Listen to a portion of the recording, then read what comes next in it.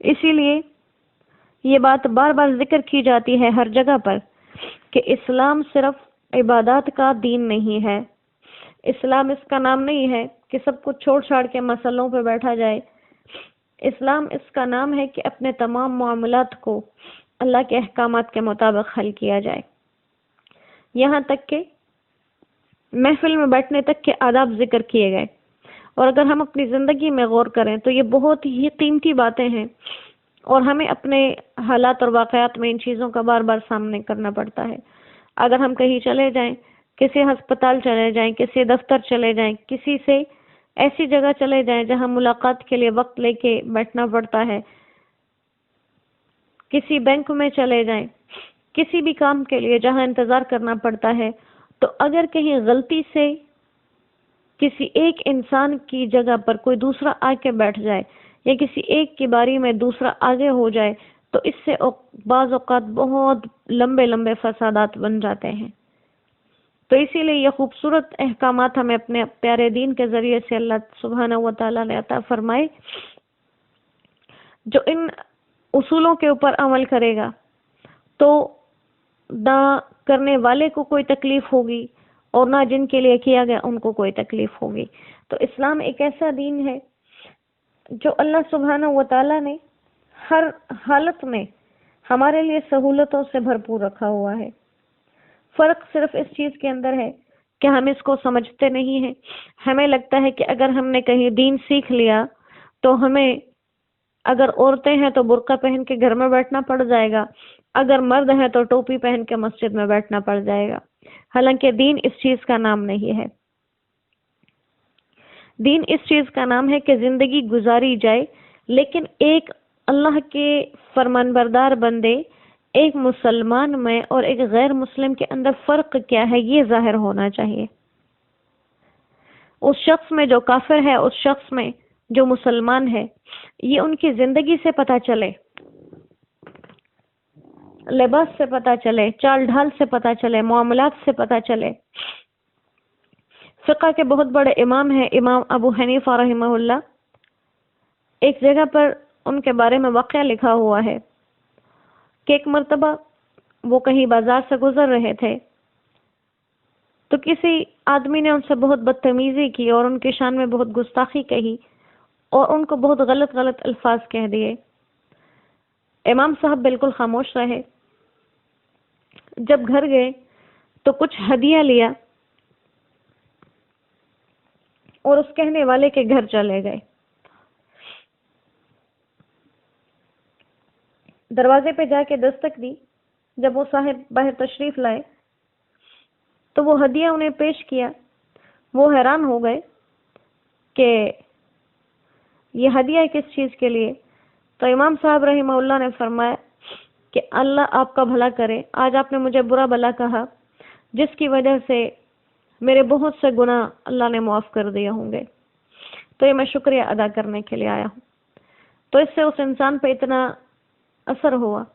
وہ شرمندہ ہو گیا اور آپ سے معافی کی درخواست کی۔ تو یہ اخلاق تھے ان ہستیوں کے،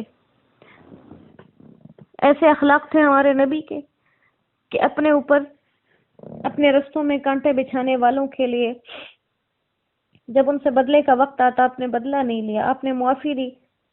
اور اسی لیے کہا جاتا ہے کہ کسی بھی انسان سے جب آپ اپنا بدلہ لینا چاہتے ہیں تو بہترین طریقہ یہ ہے کہ آپ درگزر کر دیں۔ درگزر کرنے سے جو شرمندگی وہ محسوس کرے گا شاید وہ آپ کی لڑائی جھگڑے سے اسے محسوس نہ ہو۔ تو اللہ تعالیٰ اپنے اس پاکیزہ دین پہ ہمیں عمل کرنے والا بنائے اور ہمیں اپنے پیارے حبیب محمد صلی اللہ علیہ وسلم کی سیرت کو اس طرح سے اپنانے والا بنا دے کہ ہمارا کردار، ہماری گفتار، ہماری چال ڈھال، ہمارا اٹھنا بیٹھنا سب آپ صلی اللہ علیہ وسلم کے طریقوں سے ملتا جلتا ہو۔ ہم اپنی محنت اور اپنی کوشش استعمال کر سکتے ہیں،